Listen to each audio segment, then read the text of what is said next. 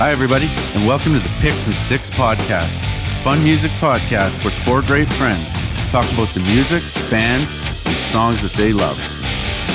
I'm Moro. I'm Gordo. I'm Cecil. And I'm Huff. And this is Picks and Sticks. On this episode of the podcast, we bring you 10 great songs from the band ZZ Top. Welcome to Picks and Sticks, everyone. Or maybe I should say welcome back to Picks and Sticks. I know episode's been a little sparse here over the summer months. I guess we took some well-deserved time off there, boys, in July and August. Had to recharge, maybe self-medicate a little bit. But I will say the boys look fabulous. Look fabulous, boys. How was the summer? You as well. Anything happen? I mean, I guess we missed a couple of birthdays. I know that happened. No, we did nothing. No, nothing's happened, right? Yeah. Not allowed to You're do right. anything. You're right. Everyone does look pretty good. Hey? Last time I saw you guys, everyone was a little heavier and a little puffier. But Yeah. I don't know what it is. Everyone's back in their fighting weight, I guess. I guess so. Huh. Down from the Axl Rose weight. That's You right. know? The Vince Neil. I had to. Oh, I gotta do that Vince Neil thing. What is that? Where it's like a machine that you go in and it makes you not fat. Did you see Coffin. that? No, it's like some electric machine that you strap yourself into for 40 minutes a day, and it makes Is it the you so you're not- hyperbaric chamber? Didn't Pavel Bure use one of those or something? I don't Is it know. I like was a thinking blow-up maybe dome or something? have a salad and hit the treadmill. No, he's got some fucking club soda. machine. Huh. Well, Yeah. nevertheless, what a dazzling summer it was. Yeah, I spent a little time out at the shoe swap. Missed you boys out there. yeah. Thanks for the invite, Dick. Yeah, thanks. Yeah, You're always welcome at the shoe swap. Oh, okay. Always. Okay, well, I'm coming next year, 100%, because it's 8,000 degrees there. The You lake didn't is see amazing. anything because of smoke. How was the smoke? No, there was no smoke. There was really no except smoke for when on I the was there. bonfire. Hey, hey, Yeah, No, except for by the boat fires, man. launch. Fire ban. But I will say the ZZ Top was good lake music. It is good Very lake good music, lake. isn't it? Yeah. I was Yeah, it doing the is. same thing. I It's think good it was driving music. Yeah, I think it was very very surprising with how what's the word I'm looking for? It was good in multiple situations, very diverse. It was very flexible. There's a word I'm looking for here, but I'm all out of practice. It's been a month since we've been behind the mic, so I'm just Sorry, buddy. I might look good, but I'm really freaking stupid right now. I guess we should. The ZZ Top was something that we had talked about that we were going to do, and then as we were kind of going through the catalog and that they lost a key member. 33.33% of their band passed away while we were listening to the music, so they lost Dusty Hill. So that was certainly unfortunate, but I think if anything, as we got into this, I think when we'll talk about this in a second, we probably have a different appreciation for the band, a little different understanding of what they are. It's not just, Sharp Dressed Man and stuff like that, but This is the second guy that's died while we've been doing the research, hasn't it? It has, and I wanted to ask you about that. So I wanted to ask you about this, alleged or rumored Picks and Sticks curse, right? There was, as you just alluded to, Gordo, there was the Van Halen episode. We recorded it, and then Eddie passed away, actually, I think before we even released it. It's bananas. We decided to do ZZ Top. And again, as we just said, while we were listening to their albums and getting ready, the bass player, Dusty Hill, unfortunately passed away. And actually, we mentioned this off the top as well. Let's not forget also that while we were preparing for Motley Crue, that Vince Neil almost had a heart attack on stage during that first gig. So, Dude, maybe we should listen to Metallica again, and maybe Lars will kick it. well, I was thinking, the bad dad joke kicks in here. But my main concern here is that we recently talked about maybe doing a Led Zeppelin episode, and I'm concerned that maybe the band will break up or like the drummer will die or something. Insert rim shot here. Just wait. Let's see if I got one. All right. Well, maybe That works. Maybe we can tighten that up in post-production.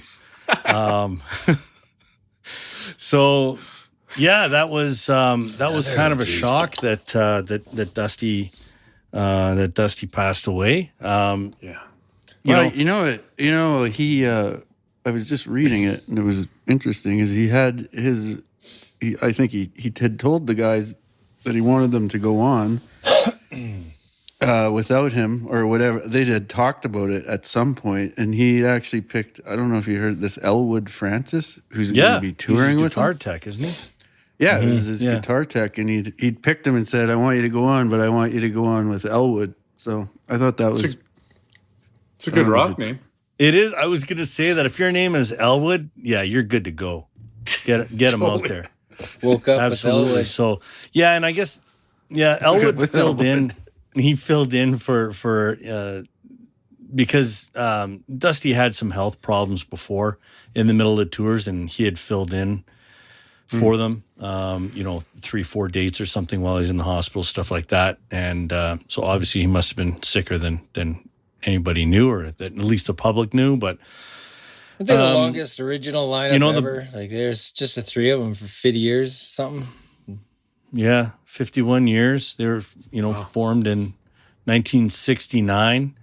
So the band being Billy Gibbons on guitar, Frank Beard on drums, and then Dusty Hill, the bassist, now replaced, as Mauro said, by Elwood Francis. 15 studio albums. They've got a bunch of other, some live albums and some compilations and stuff like that. But they hadn't released an album since 2012, which was La Futura. That was their we'll call it their last album. Although rumor was they were working on a new album. So who knows? We may get one last album. We might get some new ZZ Top material in whatever format that looks like. But did Billy Gibbons not just release a solo album? Yeah, I think it's called Hardware, I think is what it's called. There's some good tracks on there. There's some not so good tracks, but the vocals and the guitar playing obviously very similar to what ZZ Top is, but it was different. It was different not having the other two. You can tell it's a solo album in my opinion, but it's good. It's worth Matt checking out. Sorum is on drums, I believe. Oh, that's the old right. Guns N' Roses drummer. Yeah. You're right. There you You're go. right. It's got to be hard to play that kind of rock when you're 70 years old or whatever he is, 74, 73. You said they had 15 studio albums, is that right? That's correct, yeah. I feel as though we've done an incredible public service again, guys. We've really weeded out some of the crap, and the top 20 is unbelievable. Yeah, I would agree. There's a at a the period beginning of this, in there. I sorry to interrupt. I said at the beginning of this, I wasn't going to listen to anything past the fourth album again. I hated it, but then they got, I got used to it and started to feel it better. But they have a little lull in the middle of their career. Yeah, A little. yeah, it's their early stuff. And okay, so let's kind of start there, I guess. The where the popularity of the band, in terms of mainstream, I think I'm going to put words in everyone's mouth here that we probably all became familiar with the band once Eliminator hit, right? It was Sharp Dressed Man and Give Me All Your Love and stuff like that. That was out there. And that was kind of the band. And at that time in the early 80s, that was awesome music. I mean, I listened to the shit out of that. And then, of course, they had Afterburner and Recycler after that were very similar. Very electronic, very new wave kind of. Sounds so bad now. I loved it when I was a kid, though. Me too, right? It's so awful. Yeah, so then I kind of tapped out, right? I kind of tapped out on that a little bit. And I don't even remember how, but I had heard some older stuff, and not just the stuff that you hear on the radio. We're not just talking about, LaGrange and Tush and stuff like that. It was something else. And then I started listening to them.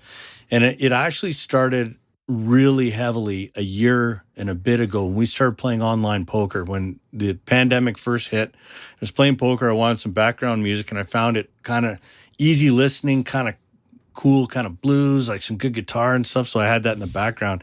And then I just fell in love with the band. And their early stuff is mind-boggling, like when you really good. It's really good. So I find, to your point, Gord, that we've done a huge public service. I agree with that, but probably the first, 5 albums or whatever it is. I don't have the discography in front of me. I probably should have, but those first albums, there's not a lot of LaGrange jump. and Tush were really popular songs, but I liked those songs, but I never really, I guess I didn't even realize they were ZZ Top songs back in the day. I didn't either. I didn't know that till last year that Tush was ZZ Top. That's how dumb I am. Love the name of their first album. And then because of the MTV thing, it was like all you saw was 3 weirdos with furry guitars and shit, and it was pretty cool when I was 12, but I didn't enjoy it so much later on. No, there's a bit of a lull. I have a healthy respect for what they were trying to do, but it's not music that I really enjoy listening to in terms of like probably 2, 3, or 4 of the albums in the starting 81 through to about 89. Yeah, agreed. It's interesting, right? Because they were formed in 1969, 1970-ish.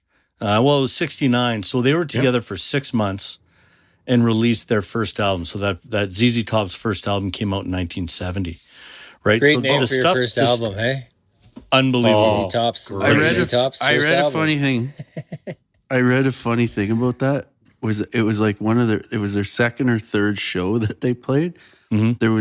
There was one person. It was an interview with Billy Gibbons, and he's like, really? Yeah, we did a show at a club, and there was one person there. Oh my God. Oh yeah, they finished the show. Buddy got up thinking there was going to be no show, and they're like, "Sit down, bud. We'll play for you." They played their whole set for one guy. Yeah, and they isn't that the guy in the documentary that still comes? Yeah, that's right. They still see this guy. That was brilliant. Oh, he still comes to shows. Unbelievable. That's a great story, eh? Yeah, I saw them. I was the only guy there. Yeah, that's how many people would be at our show if we played one. I'd be like, "Could you guys look over there?" Yeah, it would be. It would be right weird. At you, eh? Small crowds are awesome because you say like, "Oh, we saw X band," and there's 40 of us or whatever, and even a small venue like it is kind of weird being one guy. It'd be like hiring them for your birthday, and you're like the only one there, and you're just like, "Yeah, just play all my favorite songs." And then within a year of that, they're opening for Hendrix, right? Yep. And then they're opening for the Stones in Hawaii. I believe it was Hawaii. Yeah. Like, that's unbelievable. Yeah. How does that happen? Yeah, that documentary that you mentioned, that it's on Netflix, right? Netflix. That's right. That little old band from Texas, I think it's called. Yeah. That helped me tremendously. Yeah, I didn't get a chance to watch it, but it gets really good ratings. My favorite part about that is Frank Beard talking about his drug addiction. They didn't even play together for 3 years, and that's when their albums started to sound a little wonky too. Am I correct? Uh-huh. Is that when they went to the drum machine? They're like, fuck it, Frank's all whacked out. He's talking about his. Better get a drum machine. He's in his bringing the Roland. He's talking about his drug addiction, and he gets to the part where he goes to talk about heroin. He's like, "Yeah, heroin, man." And you think he's about to say, that's right when he's going to go, like, just how much it tore my life apart.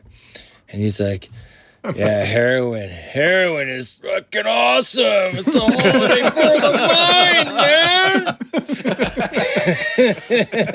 That was incredible. Oh, yeah. He totally rope-a-doped. He quit. Yeah, he quit, but he's like, "Oh, it's like." Is it me or does this band not seem like they're heroin type though? Like that? They don't. They're more coke guys. I can see. They just seem like they smoked a lot of pot. I figured. It seemed like Maybe they did some whiskey Quaaludes. and beers, Yeah. beers, and a couple Yeah. of doobies. Yeah. It's funny you say that because I had to check, Carlin. I thought maybe they had another drummer in their early stuff because I wasn't familiar with their early albums at all. And the Frank Beard I know we used to like kind of joke about him, like, man, that guy's terrible. And then I heard the early stuff and I'm like, what the hell? This guy's unbelievable. It's the same guy. How does that happen? That was weird. Like, and when I follow, kind of their progression, like the stuff in the 70s, I love every one of those albums. Right? The first album, Rio Grande Mud, Tres Hombres, Fandango, Tejas, Degueo. El Loco is And where then- it starts to slip a wee bit. It's still pretty good. 1980, that's 1981. El Loco is like, I'm not a real big fan of that album. And then it went Eliminator, Afterburner, So Recycler. Right? Before we decide to do ZZ Top,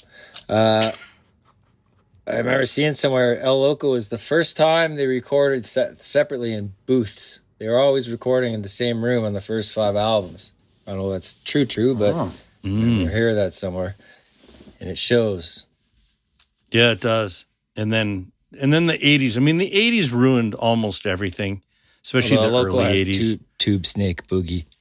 Yeah, there's Tube steak boogie. yeah. There's and Pearl Necklace and and 10-foot Pearl pole Necklace. and 10-foot pole. Pearl necklace. Yeah, I didn't realize these guys were dirty old men. oh yeah. That is It's rock and roll, baby. Yeah, what are some of their song names? It's sex, drugs, and rock and roll. We there's just the didn't one know that- the. Sorry, I was Exact- just there's gonna say. Okay, fuck off. You go. I'm sorry, man. It's just No. they have that one song, you bring the 6 or something like Oh, that. yeah. I'm like, Yeah. oh, he's talking about a revolver. He's not talking about a revolver. Is this a math question? Yeah. Big shiny I'll 9. bring the 6. You be the 9. I think it is. I don't remember Yeah, what the exact that's- lyric is, but that's right. from Eliminator. That's a great tune. Great tune. I was listening really to that is. as a kid. Didn't pick Yeah. up on that. No, I didn't pick up on that at all. I figured it was a math question. And then they went all Kenny Loggins, all Top Gun, ZZ Top. Man, Oh my god! They yeah, did a you're little totally- bit. Yeah. Every time I listened to it, I thought I was watching Top Gun. I was thinking Breakfast painful. Club too a bit. Danger So, Zone. like yeah, you'd see Molly Breakfast Ringwald dancing to it or something. Oh, that song Exactly. Stages from Afterburner is Kenny Loggins, Top Gun. Like, it should have been in there. I do have to. I do It's have to so say bad. this though. I have to say this to anybody listening that loves rock and isn't in and hasn't listened to ZZ Top and sort of pushed them aside because of that '80s shit. Mm-hmm. I just beg you to listen to the old Implore. stuff because it's implore. It's like it's really fucking good. Really you're good. right. Really I'm good. glad you guys dragged me kicking and screaming into this. Me and Carlin wanted no part of this at first, and then I heard a little bit. I'm like, well, this is kind of interesting. I'm really glad you guys made us listen to this. I really enjoyed the band a lot. I'm going to take full credit for that. I've had Of course you you are. kicking and screaming at the Interrupters, and that one ended up working out okay. And then ZZ Top, I think, worked out okay. But it is and that's part of my motivation was, to do that was because I fell into it as well. And it was, again, it was one of those, when you hear, if you say to someone, if someone were to say to you, hey, what's your favorite band? And if you said ZZ Top, they'd look at you like you're a complete pinhead and go, seriously, dude? Yeah, Like, really? They'd be like, Because are you they- fucking kidding me? Right? They don't know that, like, as far as most people know, they showed up with Eliminator, and there were all those songs in Afterburner, Recycler, and that. And then there were a few hits from Antenna. There's a couple in there from Rhythmine and Triple X. And then, I mean, they kind of disappeared. There might have been one. Was there one single from Mascalero? But anyway, they were a completely different band, a different sound. Like, the 70s some of the shit is some of the insanely amazing good. rock bands I like, even today, some of the stuff coming out today, like I'll even mention like Clutch as an example. You can hear that there's some sort of influence there, and if it's not a direct influence, these guys were doing it before they were doing it, Certainly. and doing it really well. Like even AC/DC ripped off a bunch of stuff. Like, I mean, I can go through the list of bands that I'm like, holy shit, They had love these guys songs were doing it about in the cars, too. 70s, and stuff I heard 20 years later is almost copying it. It's crazy. Yeah. You're right. Carlin and I were talking the other day, and he brought up a good point that listening to this in the car when it's on like a full mix was really challenging because some of their older stuff's really thin and quiet, and then some of the new stuff just blowing my speakers. I was like, Jesus, Yeah, the volume change. it was all over the place. This playlist that's the one challenge. The volume goes up and down. If we I think got there's a any new setting, tunes. isn't there, that will Probably level that out. Too stupid to know though. You're gonna have to find the setting, and you're gonna have to check that on, folks. yeah, or have your finger ready right on the volume button or whatever, because it's gonna go sideways. I don't know if there's anything else we want to add before we kind of dive into this. I got one thing. Yeah. That drug moment from the documentary was funny, and I do recommend you check that out. It was a really Check awesome the heroin out documentary. or check the documentary out. You know, you can do a bit of both same Okay. time. It's fine. Okay. The other thing I know where to did- get the documentary. It's on Netflix. The heroin, I don't know. I really enjoyed Billy Bob Thornton talking because he's from Texas and he Right. deeply admires him, just saying how they're part like rock band and freak show and circus. And I didn't know where he was going with that. Like, really? And then they show in great detail their like 1977, their Fandango tour. Is Oh, that called, was amazing. the Worldwide Texas Tour, and they had like longhorn sheep on stage, like everything Texas you can imagine. Oh yeah, dude. They had longhorn sheep, they had bulls, they had all sorts of animals. Didn't it was the like a bull- freaking petting zoo out on the Bull stage with them? smashed the rattlesnake cage Yeah, it was chaos. right off I'm like, the how have I stage. never heard of this? Like, I'd never heard of this in my life, and it was Wow. incredible. It's circus animals with them. I didn't get to see any of that. I saw the band in 1990 on the Oh, on really? the- Oh, yeah, really? in the They sounded like Def Leppard. The recycler tour. Love It was- bites. it was the Bleeds. recycler tour. So Colin James opened. Of course he did. Yeah. The best part of the show, well, it was funny. You could tell, like, so they're doing arena tours, right? So they're playing the Dome, but there couldn't have been more than 5,000 people there. So what they did, they set the stage up basically at The blue line. I would say facing yeah, That's a like in brutal between the configuration. in between the Yeah. blue and the red line, and all the seats were like in the corner. So it was almost like they're trying to create a smaller venue, right? Like, Oh no. so it wasn't, but they sounded great. The band is great. But the best part was their gimmick in that one was, I mean, they had the spinning guitars and they had those fuzzy guitars and shit. But on the stage, like, at the airport, and they've got now those moving sidewalks, right? Yeah. So they had one of those. Yes. So they would, if you walk against it, right, they'd be playing and walking against it, but they wouldn't be moving anywhere, and they're walking. Dude, or their they, coordinated dance moves. Oh, are yeah, the dude, fucking unbelievable. Best. Unbelievable. So good. They have the best moves. All synchronized, man. 100%. Like they really stole, they probably stole that from Kiss or whoever that started with the synchronized moves that became a thing, particularly again in the They never 80s stopped. with the hair bands and stuff. Yeah, Why is it so much funnier when they do them? I don't know why. Is it because of their beards, their goofy looking hillbilly? I don't know. yeah, and they got a It's sense funny. of humor. They got a sense of humor about shit. It's almost like a parody. Like it's like I'm really watching is. Saturday Night Live when I watch a video. Yeah. Hilarious. And I will kidding. say, I do have tickets to see them in 2022. Nice. You do Where are they already, playing? April. They're playing in Lethbridge. Doing a road, What? Doing a road trip. Lethbridge. Yeah. With, So I was bent. I thought they were going to cancel the tour. And part of me is, I'm a little bit disappointed that Dusty's Cheap not Trick. going to be there. But A yeah, little Cheap bit. Trick's opening. Yeah. I'd be devastated. Dusty was Well, awesome. Hey, I get to see Elwood. We'll go I check didn't it know. out. I didn't know Dusty sang so much. Yeah. He's just a co-lead singer. So many. Yeah. Yeah. I liked he's his good. voice. He's just a bit screamy. I like it. It's different. and there's some really good songs where they trade off vocals, which is wicked. I normally don't like that, and with them it works. I like it a lot. I want to be like them when I'm old, man. They seem just cool. Old, long hair, and a old car, and I feel like we should be having a beer with them or something. Yeah. All right. I guess so. Let's get into it. I'll just remind our listeners that you can get in touch with the show. You know what would be great, actually, especially if you're, not a ZZ Top person. This is kind of one of a new thing for you. Listen to the playlists, right? And you find those playlists on Spotify, on Apple, and YouTube Music. Let us know maybe what your favorite song is or what surprised you about the band or whatever. You can email us at picksandstickspodcast@gmail.com. You can also find us on social media. Instagram is Picks and Sticks Podcast, or you can get us through Twitter at Picks and Sticks 2.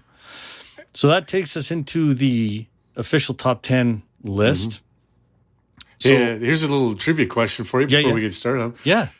All right. You might not know. You might know this. The other two aren't going to know. Who is the last person that emailed the show? If you said Carlin's sister, you'd be correct. Nice. Did she? Yeah. Yeah, I got to reread it. It's some. We really got her reminiscing about Saskatoon and drinking when she was young. And getting. There's paddy wagons. It's kind of a rambler, but it was really entertaining. We'll read it. Do we need to do an impromptu Gord's Pouch? I didn't even know this existed. You know what? We might have to, but if you could kill time for a second. Yeah, I can. Hey, because the other thing that I need to do is go back to our favorite segment. Morrow, is it done yet? Is it done? For fuck's sakes. The ZZ Top Eliminator is the first piece of music I ever bought. I bought the cassette. Around the same time, I started wearing like camouflage pants, met with a matching camouflage shirt and a matching camouflage hat, tucked into my socks with high tops. And then I wanted, that was around the Karate Kid era, and I wanted the Karate Kid headband so bad. So I took a sock and I cut it in half and I put it around my hat. So I thought it looked pretty cool with the sock headband. I had my first Ghetto Blast. It was all freaking coming together for me as a little 10-year-old. And was that the Radio Shack Ghetto Blaster? I think the brand name there was Realistic, I think is what they used to sell. Oh, the Realistic, yeah. I was standing on the street corner with my skateboard, listening to some ZZ, and an older dude came by, and I'm like, yeah, man, this guy's going to think I'm cool. And all he says is, nice sock. And I still feel pain when I think of that story. Still hurts. All right, buddy. Well, here's your sister. She was obviously I think what happened here is she listened to the Tragically Hip Canada Day. No. Well, that's a given. But I think she might have been listening to the Tragically Hip Canada Day special, and we put her down a kind of a reminiscing of the Pasture Boys. So here it is. Yeah, Ontario. Wendy Kahn. Is there not a Wheat Kings hockey team, boys? Saskatoon had the best strip. The best and the Cav. Ask Carlin's dad about our time living in Saskatoon. My girlfriends and I had $50 kitty. Drinking age was 21, and every Friday the paddy wagon came to one of those two pubs. Randomly loaded the van, and $50 was the bail to not spend the night. Crazy fun times. Love the podcast. Was that Tracy or is that Wendy? That's for Wendy. Either of them, you well, that's his mom. Oh, that's your mom? Asshole. None of that made any sense. Dude, I'm reading it verbatim. There's a heart and a smiley face. Okay, it's your mom. That's even better. I totally wasn't making fun. I liked where she was going with that. I like that they preloaded the van with $50. Why doesn't my mom email the podcast? That was a venture move. She preloaded the van with $50, so she had the bail money right there. That's just planning ahead, man. That's smart. Your mom knows best, man. Hey, that's why she's a successful business person. That sounds like a prank. Right? It's all about planning. And awesome. Managing your funds. The tune. All right. Yeah. There you go. So here we'll get into the top 10 list and quickly the way that we come up with the top 10 is we painstakingly go through the entire catalog multiple times. We come up with a top 20. We each make a personal top 20 list. and then we run that data through the patented picks and sticks algorithm, and it ranks all the songs for us. And then this is the point of the program where we talk about those top 10. We'll talk about, and then actually the playlist, if we want to talk about the playlist, is made up of the top 20 songs. So when you look at those playlists, you'll see the top 20, and then we'll add in our deep cuts a little bit later in the program. So with that said, we're going to jump in at number 10. I can't believe it that, after a month or so since we did the last one, we came up with a top 10 list that is only 10 songs. That was very disappointing to me. Really disappointing. Yeah, so we're going to start with the album Rio Grande Mud, which is... No way. Are we doing this now? Shit. All right. I like it. Yeah. I love it. All right. I love that one. Yeah, that was awesome. that was really, really good, Morrow. Thank you for bringing some production value to the program. I gotta bring something. This is one of your songs. So this is Whiskey and Mama from Rio Grande Mud. It was just you and I, two soldiers that had this one. Yeah, well, I think it's about him. He's trying to bang a party girl, and 100%. it doesn't work out for him. No, But it the good rarely news does. about these guys is they don't dwell on shit. Like, he talks about the girl and that she's gone, and it's kind of like, yeah, whatever. What the fuck? I'll just move on. What a fucking great riff, though. Oh, I was just gonna say that Great riff is guitar. tremendous. Yeah.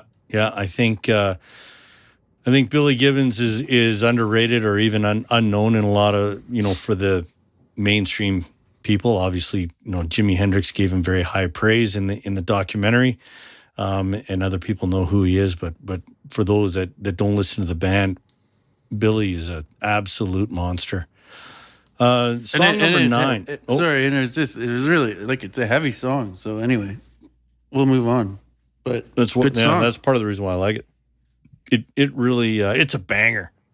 Well, he didn't do any banging, but the song is banging. No, the song is a banger for sure. Song number 9 is resurrected from the Valentine's Day episode. It might have been my only good pick on my top 5 from the Valentine's Day episode.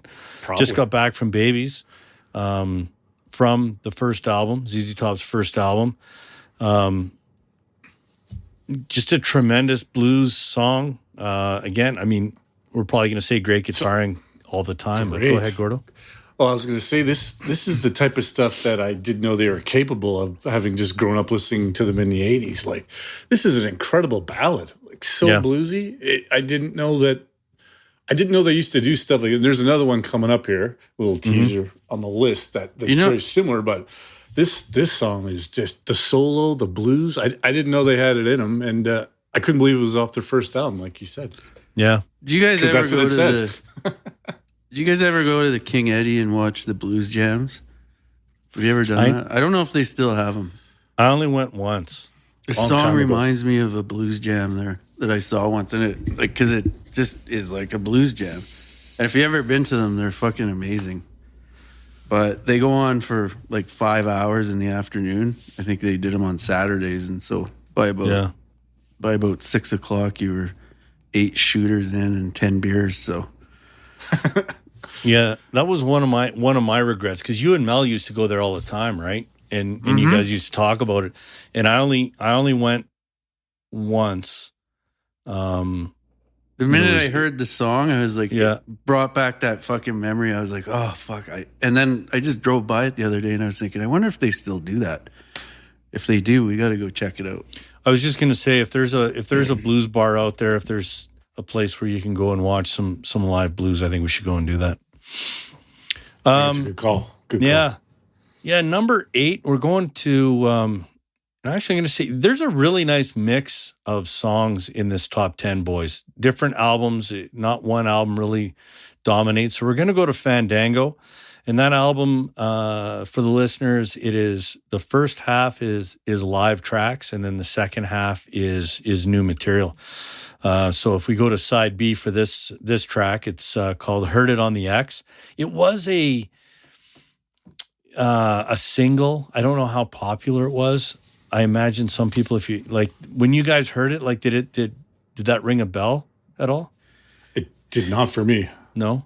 It sounded familiar, but I think it only sounded familiar because it's pretty straightforward in terms of the way it's written, like the chords and stuff. Like, it's just a total rock tune, right?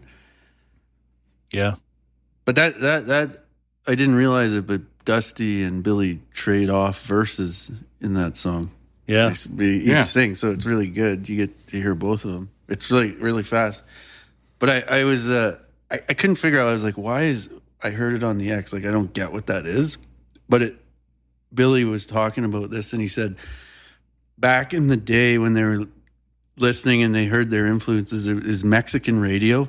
All the Mexican radio stations started with an X, so it was like XEV, X, and they didn't have any restrictions, so they could power up their radio station. So being in Texas, they would hear all this rock. They had all these rock shows, stuff that they didn't play in the States, but they were like free to do whatever they wanted because there was no restrictions in Mexico, apparently.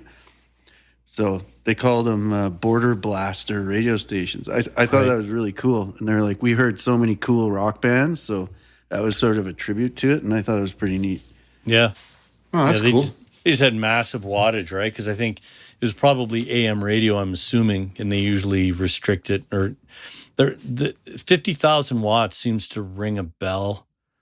And I don't know if that's AM or FM or if it applies to both, but that kind of rings true for whatever reason. So here we go.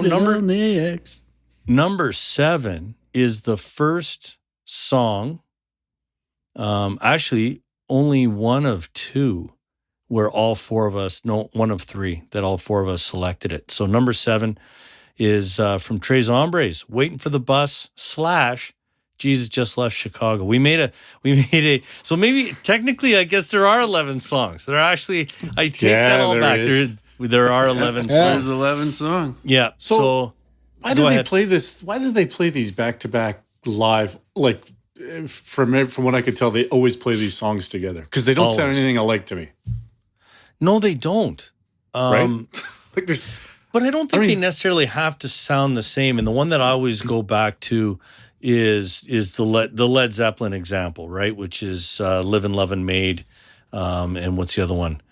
That they always California or something? No, that they always play together. They're always they're just. It's not Heartbreaker, is it? Yeah, I think it is. Yeah, I think you're right. All right. Yeah, for just some reason they just go together, and that's just the way it is. Yeah, so that's why when I was going through the list, and you know, selfishly, I think I was having a hard time getting down to 20 songs anyway. So this is a great way of making the top 20 a top 21 list. Right. But they do go together. Gordy, you were saying that you thought that, I think it was you that said that you felt that one song was better than the other. If you picked one, what would it be? I definitely like Jesus Just Left Chicago better. Not that Waiting for the Bus is bad, but I don't know if that I don't see them as on the same level. Like I see Jesus Just Left Chicago as at number 7, and the other one maybe in the teens for me. Yeah, same. AC/DC ripped off the guitar from Jesus Just Left Chicago for Ride On. Did they? And then AC/DC listen to Ride On. It's like identical. Yeah. And then AC/DC ripped off AC/DC over and over. Yeah, they did. It's hard to say that they ripped them off, though, because they were in Australia. So, you know, Texas, Australia, they're pretty far apart. But they're kind of the same, though. It depends if they had one of those. If they had one of those Mexico radio stations, maybe it reached all the way to. Might have made it to Australia. Who knows? Right. Yeah, but definitely, I enjoy the live version off of. This is off Tres Hombre, right? Yep. Oh yeah, the remaster had the bonus tracks, so the live cuts are pretty fun. Well, I didn't listen to the live cuts. I should have done that. Yeah, it's on Tres Hombre, the remaster. Okay. Okay, good. Number 6, it's Cecil and Morrow carrying this one. It's Only Love from Tejas. Cecil had it number 2. Morrow had it number 5. So you guys were big on this. This has a really good Stones feel to it. I like this song. It just fell outside my 20. I never thought of that. Rolling Stones. Yeah, it does. Billy and Dusty share vocals on this one again. So I don't know. Yeah, they do. That's right. I seem to like the songs where they share the singing duties. Again, another one about losing a girl, but he doesn't seem too sad about it. So no, it's only love, Morrow. It's only not in this song. But yeah, it is only love. Yeah, he's a complicated man. yeah, he is. Right? Yeah. It's got a pretty driving beat. It's got a different. Sorry, go ahead, Huff. No, I was going to say it does have a different sound to it. I mean, part of that is the album. I think Tejas has it's a really good album. It is a little bit different from some of the other stuff that they've done. But like I said, it just had to me, it had, yeah, they're a blues-based band in that, but this one really came together for me and did seem like I said, I can't get beyond the Rolling Stones comparison to me. It just sounded like something that was right. That was in that wheelhouse. Start me up. There's major blues and there's minor blues. And this song goes down the major blues, which is a more melodic, it's a more upbeat. They use it, and so it's got a little bit of that country rock feel to it too. Yeah. Which you would hear a lot. Keith Richards does that a lot, right? You don't hear Keith Richards play sort of the minor blues, which is more of the sad, a little more melancholy. But anyway, yeah, he's got more of that country twang to it. Yep, totally. Yeah. Cease, before we move on, did you want to add anything? This was your number 2 song. Oh, that's borderline favorite song. Just yeah. They don't overdo their tunes. That's like the 3-piece, like simple chords. Not simple chords, but like, I don't know if you call them triads or something, but just 3-string, just a crisp, clear song. You can't hide any mistakes with a lot of their tunes. Yeah. And that album, I think that's my favorite album now. Tejas? How do you say it? Yeah. Tejas. I looked it up and it says it's Tejas. I would have thought it was something different, but on Tres Hombres, I would have thought it would have been. If you're from Mexico, it's Tejas. I don't think it is. And if you're from, I think it's Frank Mojica.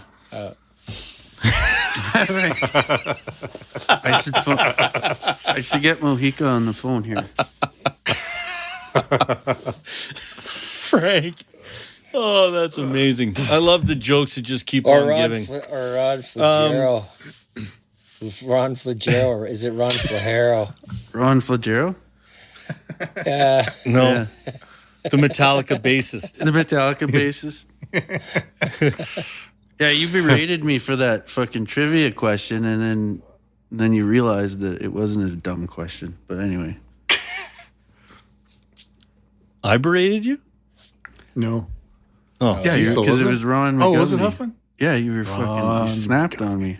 Oh, good. Okay, let's move into the top 5. Yeah.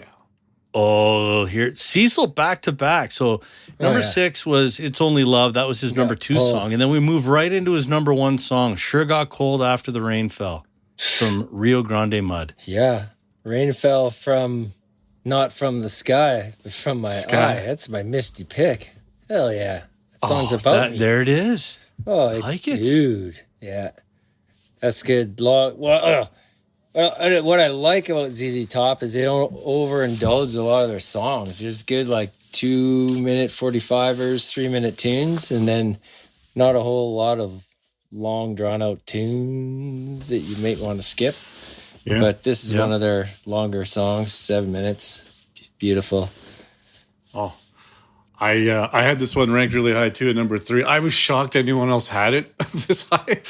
So I was pleasantly surprised to see Cecil at number 1 on his list. But man, this one made me misty. And if you allow me, I'd just like to read a quick little passage here. This is Please my do. favorite part is when you read here we lyrics. go. Yeah, Yes. absolutely. That woman took my lovin' and walked on out that door, and it sure got cold after the rain fell, not from the sky, from my eye. Somebody, can you tell me just what make a man feel this way?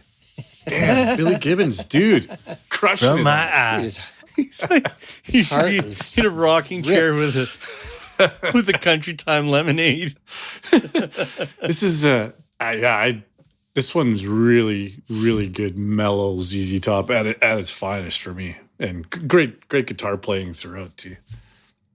Yeah, I feel like I may have fumbled the ball a little bit on that. That one was on the radar, and I think because I felt like I was heavy on the slower blues songs that I started moving it down my list, and then I think it got lost in the shuffle. But that really is it is a tremendous song. And I'll tell you the first time I heard this song too, if you don't mind, a quick story. So Morrow picked me up on my birthday. It was the afternoon. We went driving around doing some stuff, and I was in a pissy mood on my birthday, just grouchy. No, I don't want any wishes. Don't take me for lunch. Let's get this over with. We're driving around, and we just went through like 3 songs off Eliminator because we're doing our ZZ Top research. And now I'm extra pissy because it's ruining my childhood. And then this little ditty comes on. I'm like, what is this? And he's like, oh, I don't know. Sure got cold. I'm like, this is incredible. And it totally changed my day. Just turn your day around, eh? Turned it right It's around. on the Someone Blues else's album, right? misfortune. It's on the blues compilation, Oh, which is okay. a really good album. Okay, I Oh, didn't know yes, there it was was. such a thing. Yeah, they Correct. have a blues compilation with a bunch of their bluesy songs, and this one, I'm pretty sure this one's on it for sure. Yeah, I okay. believe so. Okay. Blue Jean Blues. An old man. Rio Grande Mud is probably my favorite album. So it's kind of embarrassing that I didn't have it on there. So my apologies to you and the listeners. Whatever. I'm not Yeah. fucking apologizing. All right, screw it. I'm glad I left it off because that brings me to number 4, which I would. I don't know. Is this their most famous riff? The song is called Lagrange from Tres Hombres. I think it might be if you take out the 80s stuff. I think this could definitely be their most famous riff. I watched them play this on Howard Stern a few years ago. Incredible. Yeah. They. I find their live stuff that they do on shows like that to be kind of funny because they got Frank Beard like behind like a plexiglass screen all the time, and that was like That's right. pre-COVID. It was like they knew COVID was coming. They're like, we're gonna put this motherfucker behind that that plexiglass, and then. I mean, I love Frank Beard. I think he's an underrated drummer. I think, like you said, Gord, when you listen to the early stuff, you're just like, Jesus, this guy's unbelievable. And then they kind of, I don't know, handcuffed him a little bit. They in the neutered 80s. him is what they did. They did, right? It was like all of a sudden it was Rick Allen from Def Leppard stepped in and did those albums. But he's know really what that good. But the song's thing about, right? Well, here, let me just finish. What bugs me is the plexiglass. I think that looks stupid. And I hate the fact that he plays with gloves. I can't deal with drummers Yeah, that come play up. with gloves. Like, listen, I know you got sensitive hands. You should play. You play enough gigs. You're going to build up a like, just be a man about it and just play the drums. Anyway, What is that's that? mine. Is that like playing quarterback with gloves? Yeah. Kind of. Out Here's there the with your funniest thing. isotoners. I played drums the other day, and that's the very first time I used gloves? gloves. Do you use gloves? You Fingerless loser. gloves. Because, yeah, it's a long story, but that is ironic that you said that. This is like 2 weeks ago. I was playing the drums with the gloves. Did you feel like a no loser? plexiglass. No I totally did. plexiglass. No we can get that in. Anyway, more. What were you gonna say? Something about the lyrics or something? But do you know what the song's about? Or it's so popular. It's about. The It's Grange. about a town, isn't it? I thought it was about a town or a venue. Yeah, it's about a town. It's about a chicken ranch brothel in LaGrange, Texas. What's that? The chicken ranch. Sounds If awesome. you wanna go to that home, Tell they us got more. a lot of nice girls. It also inspired a musical Little called, whorehouse. the from, best little whorehouse in Texas. No shit. Oh, I my saw parents- that in my the parents- drive-in. Dude, so did I. My parents took me there to the too. drive-in. What? No way. Yeah, dude. Dolly Parton. Yeah, dude, that's good. Was that Burt Reynolds? Yeah, dude. Was it Burt Reynolds, Dolly Reynolds. Parton? Yeah. That's incredible. I didn't know it came from that. Whenever I feel like I'm doing a bad job as a parent, I always think that the two shows that I remember going to, movies that I remember going to see at the movie theater, that was one of them, and Poltergeist. the other one was Grease. Oh, dude. Grease? Yeah. And I was like, I don't think that was age appropriate either. But my parents were like, fuck it, throw the kids in the back of the Buick, let's go. Totally. Singing Grease Lightning on the way home. Didn't know what tit was. I didn't care. Are you getting lots of tit, Dad? Yeah, shut up here. Have some more popcorn. Well, the Chicken Ranch shut down in 73, but I think they opened one in Vegas. That's incredible. So if you want to visit, you can go to Vegas. I'm not allowed to travel. Can't go anywhere more. Stop making false promises. I've never been to the Chicken Ranch, but I know people that have ventured there. All right. Those are obviously people that we don't want to associate with. So what we're gonna do is move into the top three, and we're gonna get into a song that tickled the number one spot, but just didn't get there. Brown Sugar from ZZ Top's first album. What's that song about? It's about a woman. Some will say it's about heroin, though. Yeah, I've heard that theory. Yeah. And I always thought that was stupid until you just told me the Frank Beard story, that the dude, I had no idea that he was a heroin guy. Now, this is this is their first album, right? So he didn't really get into the brown sugar until later in his career, but maybe that's part of it. Yeah. He said, he couldn't afford it. So once he got like a check for 74 G's, he spent it all on schmick. He's all of it. That's right. All of it, every last dime. Yeah. But this song, it starts out, it teases you. There's a really nice blues piece to it. And then the guitaring in this song is absolutely phenomenal. It is so good. Yeah. Man. Which, now that I look at the list, I'm surprised Morrow didn't have this in his top 20. So what's going on there, Morrow? What the fuck? They just had other stuff. It was hard to pick 20. They have so much good stuff. The guitaring in this is phenomenal. I thought you would have been all over this. The guitaring is really good. Yeah, it reminds me of a lot of Stevie Ray Vaughan guitaring, and actually the riff in the song, as you get into the song, if you put a lot of distortion on it, it sounds like a Black Sabbath riff. Actually, Really? it is a good song. If I redid my top 20 today, I would be on it for sure. No, there you go. We'll accept that as an apology, even though it's not an apology. This is why we have the algorithm. So in case true. you miss something, the other guys get it, and it makes it on the list. Yeah, we'll pick you up regardless. You know, so we did get it on there. Anyone else want to add their thoughts to Brown Sugar, or shall we move into the top two here? I just if Sabbath was going to do it, it wouldn't have been called Brown Sugar. It'd be like White Lightning or something. I think ZZ Top. I think this song came out about the same time as Rolling Stones released their Brown Sugar as well. So there must have been a lot of heroin going around. Or maybe it's just about actual brown sugar. Maybe Maybe they're making some barbecue, making a rub. You throw a little brown sugar in there. It could be that too. Yeah. Just like I Got the Six They're is from about Texas. math. This is all clearly about baking.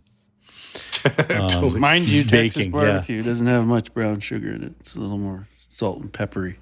Oh, see, I've got a nice rub with some brown sugar in it. Anyway, number two, Just Got Paid. Another tremendous riff. This is from Rio Grande Mud. Gordo, it's your number one song. It's my number one song. How do you feel about it? Just an absolutely tremendous riff. And you know what? I didn't know anything about this song. So the song was, I'm pretty sure it was brand new to me. And it just kept going up and up and up. And now it's made its way onto my normal everyday rotation. It's in That's the how normal much I like it. rotation. Wow. I've got a few songs from these guys in the rotation. Dun. It's just, In fact, the other night you weren't on there, but at poker, I just kept playing it over and over, and I was pissing people off a few weeks ago. But it didn't even matter. I didn't even care. Oh, I would have been all over that. I really enjoy that song. So this was the second song that all four of us selected. So that and then the number one song, if we want to move on to number one song which was a surprise to me. This number one song, for the listeners, I hope you're sitting down because it's not what you maybe thought was going to be a number one song for ZZ Top. But we're going back to the album that we don't really know how to pronounce. We're going with Tejas or something to that effect. At least that's what my research said, but we'll get the research team on it. But the song is called $10 Man. And Dusty's all over this thing, and he absolutely kills it on this song. Unreal on that. Say the album name again. Tejas. Say it again. Oh, no. Oh, sorry, Morrow. It's Tejas. It's Rammstein. Tejas. Tejas. That was a failed attempt at using a sound clip. Yeah, well, I'm really glad that the production value is really hitting the mark today. You can't tell we've been away for a month. It is. It's just studying hard. Quality. Yeah, $10 Man. Like, in a million years, I never would have thought this was the number one song, but I am glad that it is. I'm shocked it's not Tush. So I was pleasantly surprised because this is Dusty. I don't know what it is. This is Never heard of this song before this project. Oh, so good. Yeah, I hadn't either, Carl, and this was new to me, which was half the fun. See, and sorry, was anyone else going to say something on $10 Man? Right, the production on, I don't know if it's the remastering or just the original production on that album is really good. Excuse me. And that song is it's like a real, it's, I don't know how to describe it. It's just really, it's thick. It's it's got a lot of bottom end and it's got a lot of, fuck you guys. Why? What are you talking about? I'm just listening to the wisdom. Maybe I need to start listening to the remastered stuff because I've got those albums all on vinyl and I only listen to them on vinyl. It sounds like it was recorded in the 2000s. It sounds amazing. I'm glad you didn't say the 80s. No. So to bring it back around to something that Gord mentioned that you would have thought that the number one song would have been, something from Eliminator or something that was more popular or whatever, Tush, something to that effect. I think that conveniently moves us into the next section that we'll call egregious omissions and perhaps some points of contention. And I thought the notes that I had there, so I've got three things that I'm going to kind of mention, and then I'm going to throw it actually tomorrow. So I think the egregious omissions, and this is and from the top 20. If I know we only talked about the 10 songs, but this affects all of the top 20. There's no songs from Eliminator, so no Sharp Dressed Man, Legs, Give Me All Your Love, and any of that stuff. There is no Tush. And there is this has only happened a couple of times. I know it happened to me once. It might have happened to you, Gord, once. But Morrow's number one song, which is I Thank You, which I believe was from Fandango. Is that correct? Deguelo. Oh, it's from Deguelo. Yeah, sorry. It didn't make the top 20, Morrow. So how do you feel about that? Is that an egregious omission, or did you just mess up your list? It made the top 20. It didn't make the top 20, did it? Yeah. It is number 14. Oh, no shit. I made the top 20, but didn't make the top 13. Rusty where's your laugh track now? No one had my top. No one had my.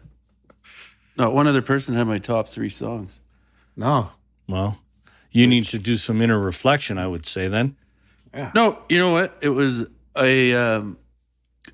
listening to them. It inspired me to pick up the guitar, and on my top 3 songs, I found myself playing along to those songs and playing them over and over. And I thank That's you, awesome. although it's a simple song, go ahead and try and keep that rhythm and learn it on guitar, and it's fun. And it is a cover song too, but it's way Is it? better than the original. Yeah. Oh, who does the original? Who does the original? I had it written somewhere. Oh, sorry. Is It's it like an old a- blues song? I David didn't know it was a Porter and cover. Isaac Hayes. It's almost like a bebop, Isaac bluesy, I knew Gordon and acapella Isaac type Hayes. thing. Okay. But the reason I was out at the shoe swap and I was fishing and I kept playing it over. It was like the best fishing song ever. So anyway, Huh. You can fish to them. You can work out. Do Right? stuff You with can your lady. drive. You can drive. You can Go chill. around. selfishly, my top 3 songs were really like I learned to play them on guitar and I just love them so much that I had to put them up there.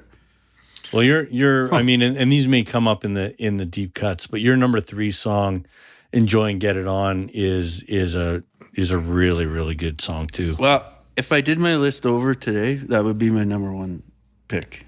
Enjoy and there get you it go. on. So it would have for moved sure. up a little bit. It currently comes in at number 18 on the overall list, but you'll find that on the playlist. So, is there anything else that you would consider an egregious omission before we get into deep cuts, Gordo? I got one that I don't know if okay. I'm not ready. I'm not prepared to say it's an egregious submission, but I would like to discuss with you guys if it is. And we need to discuss this. Don't just attack me. I won't. The court is in session. We will listen to opening arguments. From Afterburner, the song Sleeping Bag. Okay, so when I listen to this, it starts off with these horrible Herbie Hancock electronic drums. Okay. It is awful. Yeah. Spectacularly bad. It's like the beginning of the And I kept Saturday thinking night of it- main event of Oh. WWF back in the Right? day. Exactly. Fat So there's no FTV. real drums. Dusty Hill's been reduced to that keyboard that goes like in the background. That is super Is he annoying. playing Why the are you guitar doing that? keyboard? That thing's awesome. Oh my god! For sure. And that So I'm thing's not- fuzzy as hell. So we're not off to a good start here with the synthesizer. song, but I kept thinking in my head when they hit the chorus, I'm like, God damn! If they'd played this same song like 8 years earlier, could this have been incredible?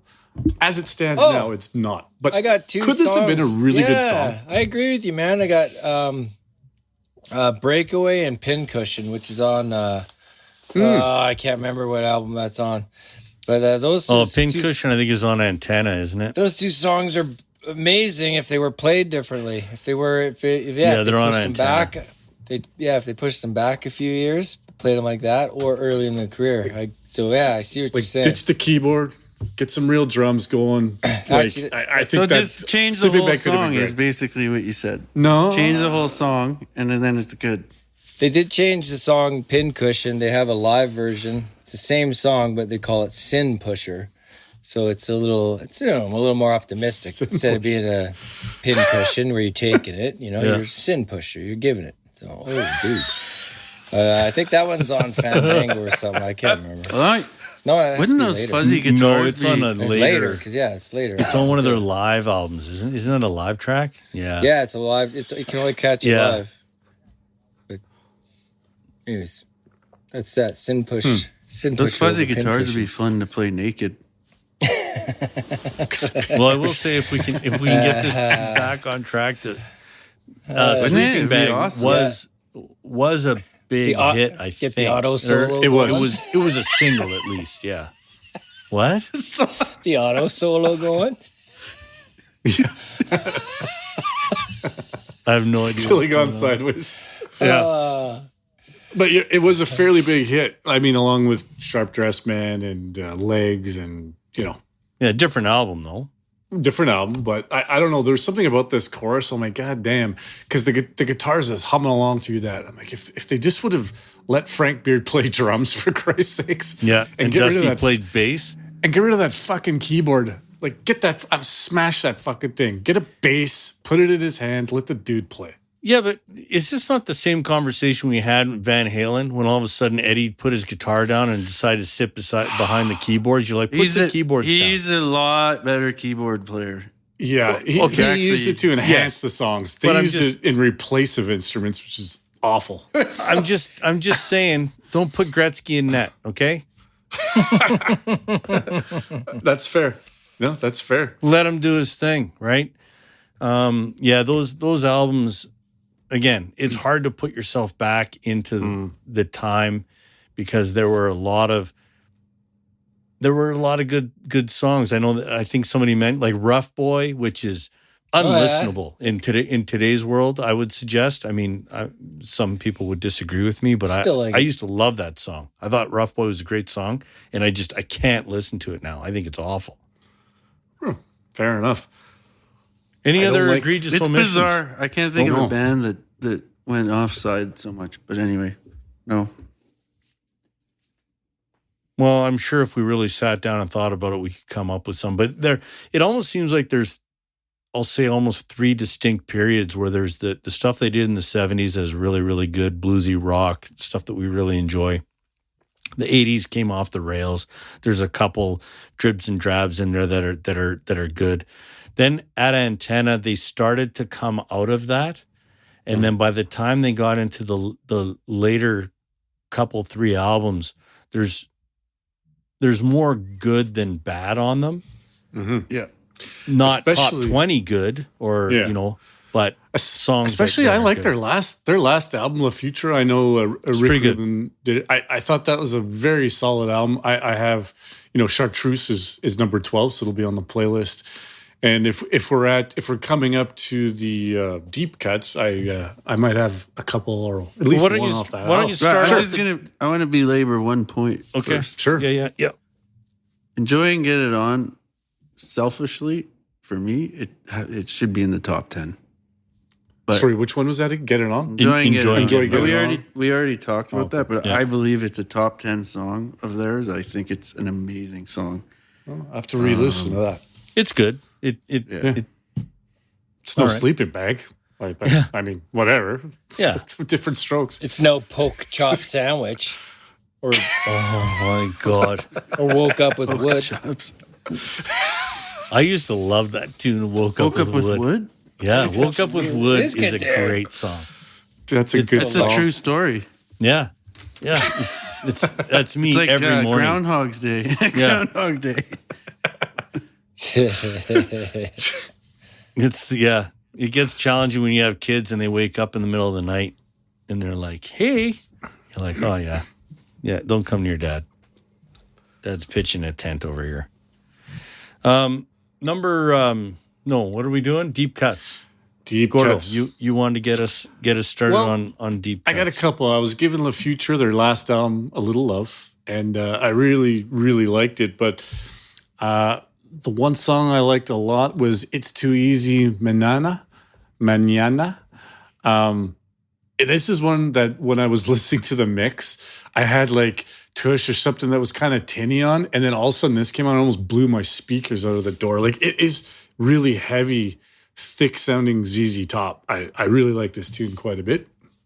What do you guys think of that one? I'm not a fan of this song. Not a big fan. Carlin, you were the guy that liked that too. It's got sounds exact. That's the other deep cut I have is that's right. The one this is actually their very first single, their very first 45. It's not even on their ZZ Top's first album. It's Salt Lick. Oh, getting too cute. It has some keyboards in it, and it sounds a bit like The Doors. Like it doesn't sound. It sounds like ZZ Top had a keyboard player, and they're like, let's do some psychedelic Doors shit. And then all of a sudden they're like, no, that's kick him out of the band. They went to a 3-piece. I don't know the story behind the song, but it was very catchy. I don't think it's a ZZ Top song. That's the problem that I have with it. But we'll allow it. We'll allow it. It was probably Billy Gibbons with a couple other guys, but it was pressed as a ZZ Top album. And it comes up in Spotify. It's got it as ZZ Top too. So you're right. It's a bit of a gray area. It is a gray area, but we will allow it. Thank you. We will allow it. Yep. Well, it's a good song. Yeah. That's all I got. All right. Who's going next? Moral? Yeah. She's a Heartbreaker. That's about as close to country as I'll ever listen to. That one is pretty country. Not a big country fan, but She's a Heartbreaker is on Tejas or Tejas or whatever the fuck you want to call it. Why are you getting so mad?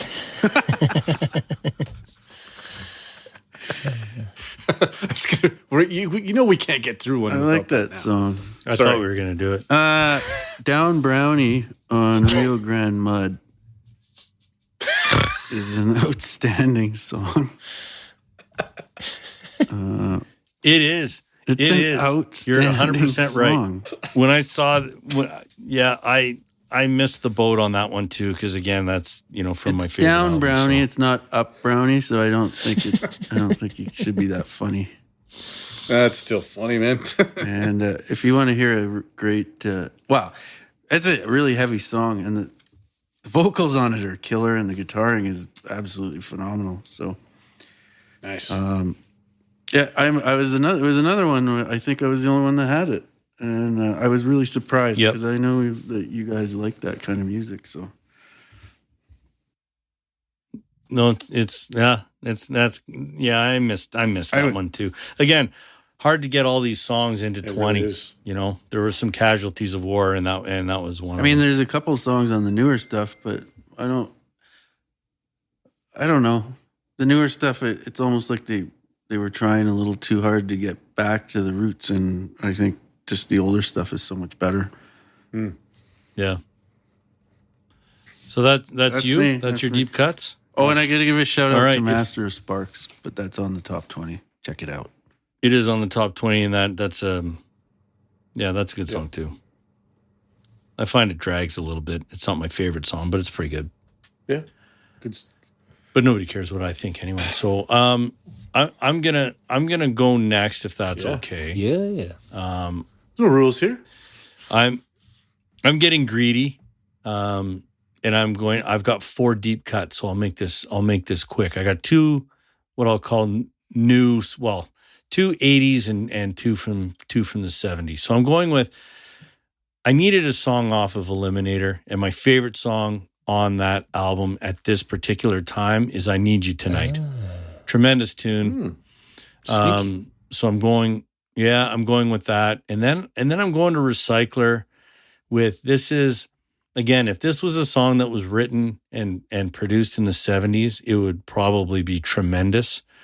My Head's in Mississippi from Recycler. Yeah, I think it's still a really great song, and the guitaring in it is really incredible. But again, the production sometimes makes it challenging, but it's pretty good. Then I'm going back to Tejas with Pan Am Highway Blues. Oh yeah. I was surprised that didn't get more love. That song made my top 10. I think it was at number 8 or number 9. Just a rockin' tune, really, really good. And then Rio Grande Mud, Cocoa Blue. Can I back up for Pan Am Highway Blues? That's the one with the you slide guitar, right? It's got a lot of slide, and the drummer's just like it's before he found heroin. He's all coked up. He's magical. He's absolutely magical. Yeah, that's a good song. It's a really great tune. And then I went with Cocoa Blue. So those are my 4. So Cecil, finish her off. Well, Finish it off, but now Cecil. I double check because I Want to Drive You Home. I don't know if that made the list, but that's a love song about. He's not singing about a woman he wants to drive home. He's singing to his car. I want to drive you home, and it's oh yeah, it's almost a 5-minute song, and the lyrics end I think at about 1:50 or 2 minutes or something, and it's And like a lot of their songs, they got long, awesome outros. Like Billy, there's a lot of slide on that one, but it's just a groovy, long solo outro that I can't get enough of. What album's that off of, Carlin? That is off El Loco. El Loco. Oh, okay. It's off of El Loco. Oh, there you have it. Now I'm really mad it's broken. It's broken in half. Yeah. Oh yeah, that one's just shattered. That one's just El Loco.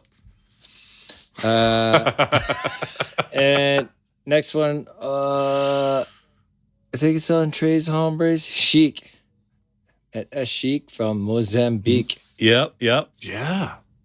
Not about condoms, I don't think. I was going to say, isn't that a brand of condoms? You sure? It's about wrestling. Sheik Oh, Ali. the Iron Sheik. The Iron Sheik. The Iron Sheik. Yeah, Iron Nikolai Sheik. Volkov. Totally went down the WWF. That's an amazing one. Yeah. And then last, Are you going? Squank. Yeah. What one's that? Squank from ZZ Top's Yeah. First. This has got the great I gotta go Gord. I gotta do some poetry reading like Gord. Women, grab your Yes. grab your children, run and hide. Don't let it catch up with you. You got to fight it to stay alive. If it gets you, man, you're through. It smells so rotten and rank.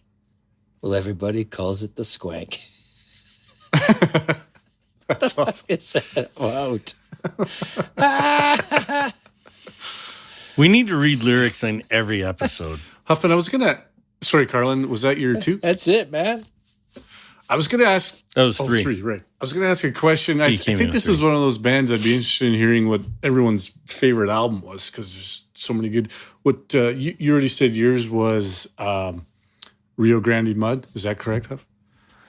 Yeah, I kind of flip back and forth. But yeah, I'll say Rio Grande. Yeah, I'd say it's that or Tres Hombres for me. What about you guys? Did you have a favorite album? As I listen more and more, I think Tejas is my favorite, but they're all pretty close. Okay, They're all really close. they're all early. All right, that's fair enough. What about you?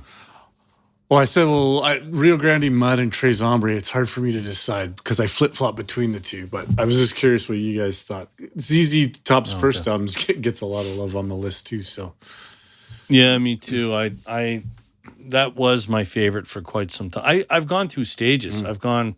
Oh, see how I did that? Nice. Yeah, inadvertently stages. Yeah. You know, that album will never be one of my favorites. But it was ZZ Top's first album. It's been Tres Hombres. It's been Tejas. It sometimes it's Deguello too.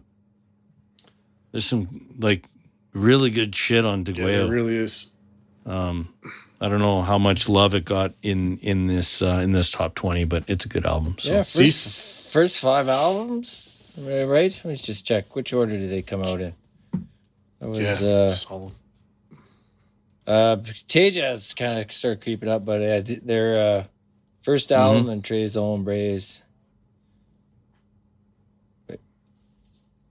Yeah, They got ZZ great Top. album covers too. They Yeah, made an it's- album called ZZ Top's first 5 albums and just put them all together.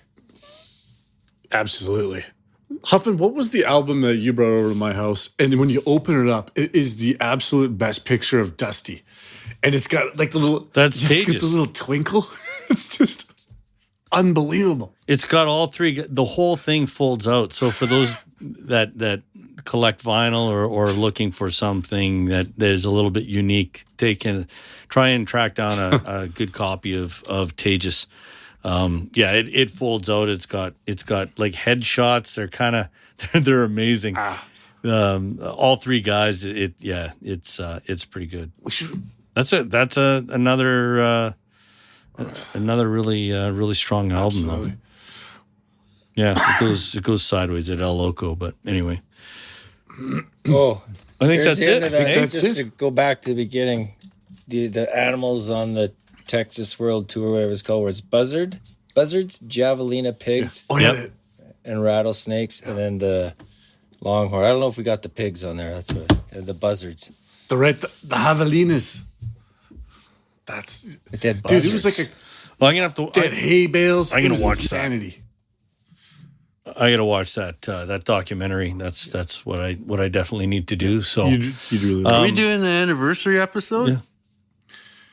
Yeah. I think so. I know we're just wait for 2 years now. It's coming up. So it's 18 months. I don't know. I'm ready. I'm ready I think to go. we could do it. All right. Well, that could potentially be the next show. We don't really know what's coming up next, but we assure you that we'll get back on a more regular rotation of episodes for you. Make sure that we keep you entertained as we head into the fall and winter months. So that is Easy Top, and this is the point when Morrow then would normally hit the outro. You should have the outro music and we play that live. I should have the outro. That'd be unbelievable. But anyway, make sure you tell everyone about Picks and Sticks, and if you want to get in touch with us, as I mentioned, the Picks and Sticks podcast at gmail.com. Social media is Instagram, Picks and Sticks podcast. On Twitter, we are Picks and Sticks too. So yeah, keep an eye out for what we've got in the works. Make sure you don't miss an episode. Subscribe to the Picks and Sticks podcast. You find us wherever you get your podcasts. We're on Spotify, Apple, Google, Stitcher, Amazon, Pandora, and everywhere else. And thanks for listening. Until next time.